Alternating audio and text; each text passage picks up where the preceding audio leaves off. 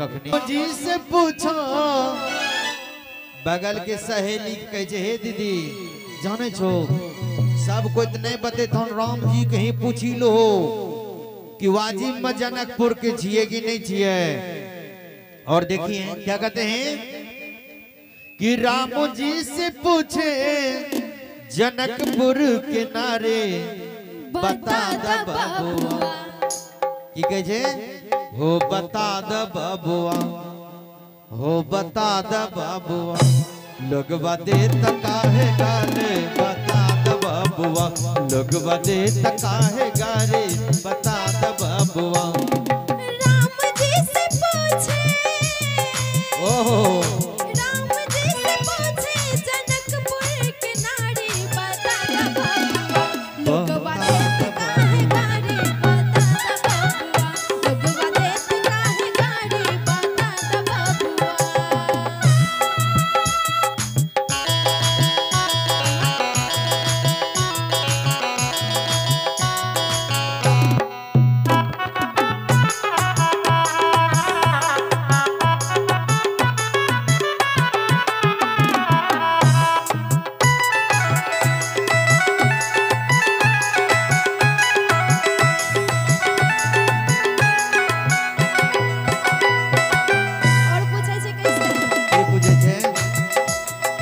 तोहरा से पूछै छौ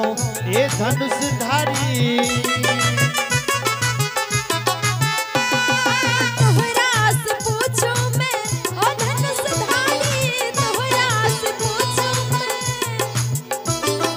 तोहरा से पूछो मैं ओ धनुषधारी तोहरा से पूछो मैं ए धनुषधारी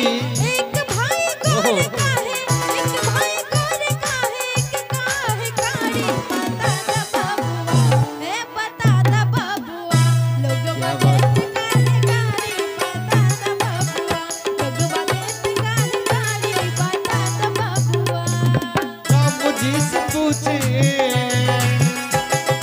राम जी से पूछे जनकपुर किनारे बता द बबुआ ओ बता द बबुआ लोगवा दे तो काहे गाड़ी बता द बबुआ लोगवा दे तो काहे गाड़ी बता द बबुआ।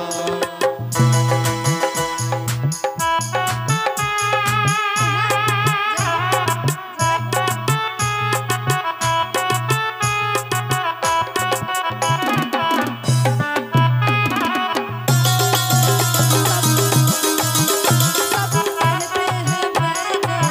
तेरा रंग लिया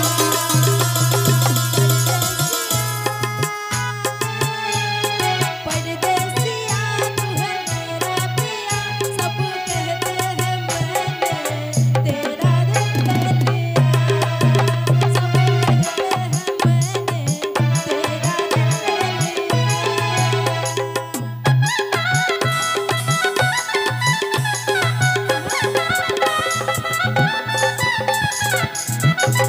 और एगो बात जाने छियै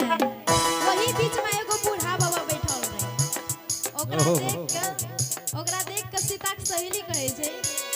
ई बूढ़ा बाबा के पकड़ पकड़ डाढ़ी ई बूढ़ा बाबा के